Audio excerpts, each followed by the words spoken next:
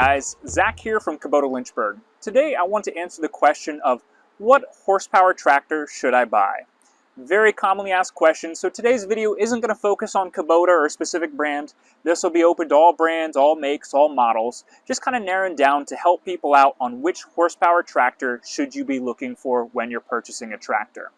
So a lot of that's going to come down to what is your overall main use for the tractor. So if you're talking about loader lift capacity to lift pallets, obviously you're going to have to look at loader lift capacities.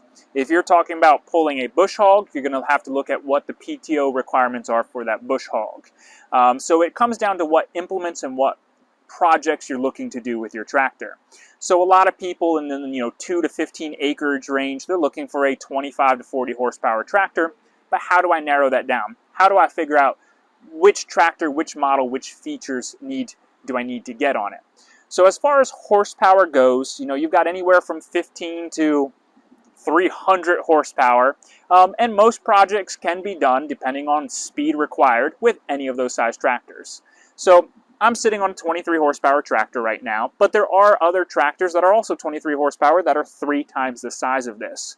So when you're looking at horsepower of a tractor, also look at weight and size of a tractor. So a lot of these things I'm going to be saying is things to just be looking into. So this little BX, let's say it's a BX 2680, 25 horsepower BX, you're talking about a 2,000 pound tractor. Where you could look at the L2501 with a loader, you're talking about a 4,000 pound tractor.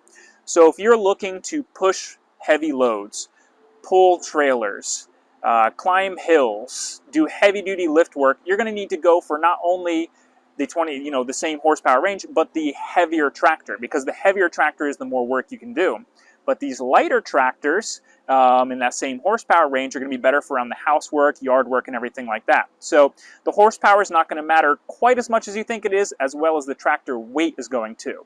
So I've got a couple notes here on my phone. As you're looking through, something else to consider is going to be a cab tractor versus an open station. So a 50 horsepower cab tractor is not going to have quite the same power as a 50 horsepower open station tractor. If it's 100 degrees out and you're running the AC constantly and you're trying to go up a hill in a cab tractor, you're going to bog down compared to if you were on an open station. There's no AC, no extra electronics, no extra power draw from it. So keep that in mind when you're looking at horsepowers of tractors. Cab versus open station, although they might be rated the same, you actually lose a little bit of power. So what I always recommend, of course, is talk to your local dealership. Go talk to your dealer and see, their recommendations. Talk to the sales guys. Find somebody knowledgeable and say, look, I'm looking to bush hog with a 5-foot bush hog and, move round bales every once in a while. What's the tractor for me? You could get by with a 2501, a 25 horsepower tractor. Now, at the same time, you could get a 60 horsepower tractor and get the same projects done, maybe faster, a little bit easier. So, some people say the number one rule to buying a tractor, which I agree with, is get bigger than you think you're going to need. Go up in size a little bit more. You're looking at this little BX and you say, ugh, maybe it's a little bit too small for what I need. Go with the next size up. Because once you buy it, it's yours, you drive it off the lot, you lose a lot of value on it if you go to instantly resell it. So keep that in mind. Go bigger than you think you're going to need. But the other rule is going to be don't go too big.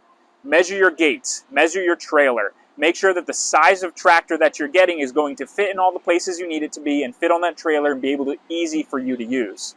So again, horsepower is important, but there are other factors, weight, size, dimensions, and everything. But one of the rules is go bigger than you think you're going to need. Emissions requirements, of course. Now anything from between 25 to 75 horsepower is going to require a burn-off sequence, the DPF, diesel particulate filter on it. Once you get over 75 horsepower, you're going to have the DEF, that exhaust fluid. If you can stay under 75 horsepower, it'll save you some money and save you some pain in the butt down the road, potentially, with all that extra DEF. So, if you're wavering between a 65 to 85 horsepower tractor, you might want to go with the smaller size tractor. You might lose a little bit of speed, but you're just going to save yourself some price with the emissions requirements on it. And then something else to think about is your overall terrain. So yes, you've got the projects, the bush hog and the hay and everything else, but your overall terrain. If you're flat, you live out west or wherever it is where it's flat, not here, everything's hills here, but if you're flat, you're not going to need quite as much horsepower to pull a bush hog straight through a field, whereas here, where we're called the City of the Seven Hills, it's all hills and slopes. Pulling a 6-foot bush hog, you might be able to do with a 30 horsepower tractor on flat ground, but on hills and stuff, you're going to need 35, 40 horsepower.